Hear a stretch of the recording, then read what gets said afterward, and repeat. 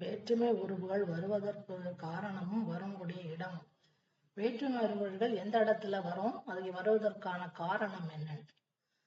பெயர் வழி தம்பொருள் தரவரும் உருவே. நூற்பா நன்னூல் நூற்பா 241. பெயர் வழி, பெயருக்கு பின்னால், பெயர் சொல்லுடைய பின்னால் வரும் வேற்றுமை உருபுகள் தமது பொருளை கொடுக்க, அந்த பொருளுடைய சொல்லினுடைய பொருளை தெளிவாக உணர்த்துவதற்கு வரும். தம்பொருள் தரவரும் என்றது பெயர்.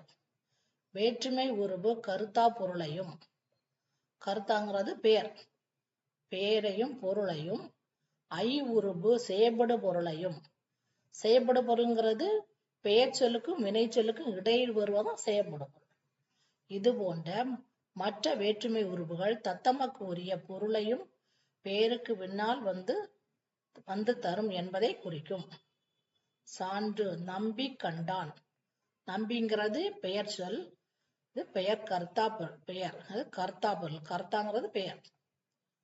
நம்பியை கண்டான், ராமு நம்பியை கண்டான். ஐங்கிறது செயற்படுபொருள், நம்பிங்கிறது பெயர் சொல், கண்டான்கிறது பெயர் சொல்னா எழுவாய், கண்டான்கிறது பயனிலை, எழுவாய் பயனிலை, பயனிலை வினைச்சொல். இடையில என்ன இருக்குது, ஐங்கிறது வேற்றுமை ஒரு பிறப்புக்கு, இது ஐதான் செயற்படு பொருளா இருக்குது. ராமு நம்பியை கண்டான்.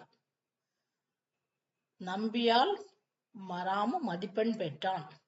நம்பியால் பெற்றான், ஆள்ங்கிறது கருவி பொருள வருது.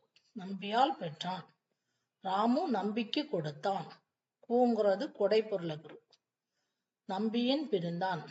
ராமு நம்பியை விட்டு பிரிந்தான். அப்ப நம்பியின் பிரிந்தான்ங்கிறது நீக்கல் பொருள். அது நம்பியது பொருள், அதுங்கிறது உடைமை பொருளை தருகிறது. உடைமைங்கிறது கிழமை, கிழமைங்கிறது உடைமைங்கிறது. நம்பியது வீடு, அவனுக்கு அது சொந்த வீடு, அவனுடைய வீடு, கிழமை பொருளை தருகிறது. நம்பிக்கண் செல்வம், நம்பியினுடைய கண் அவனுடைய சிறந்த செல்வம், இடப்பொருளை குறிக்கிறது. நம்பி வா, ராமுக்கோ நம்பியை கூப்பிடா, நம்பி வா விழி வேற்றுமை, விழிப்பொருளை கொடுக்கிறது.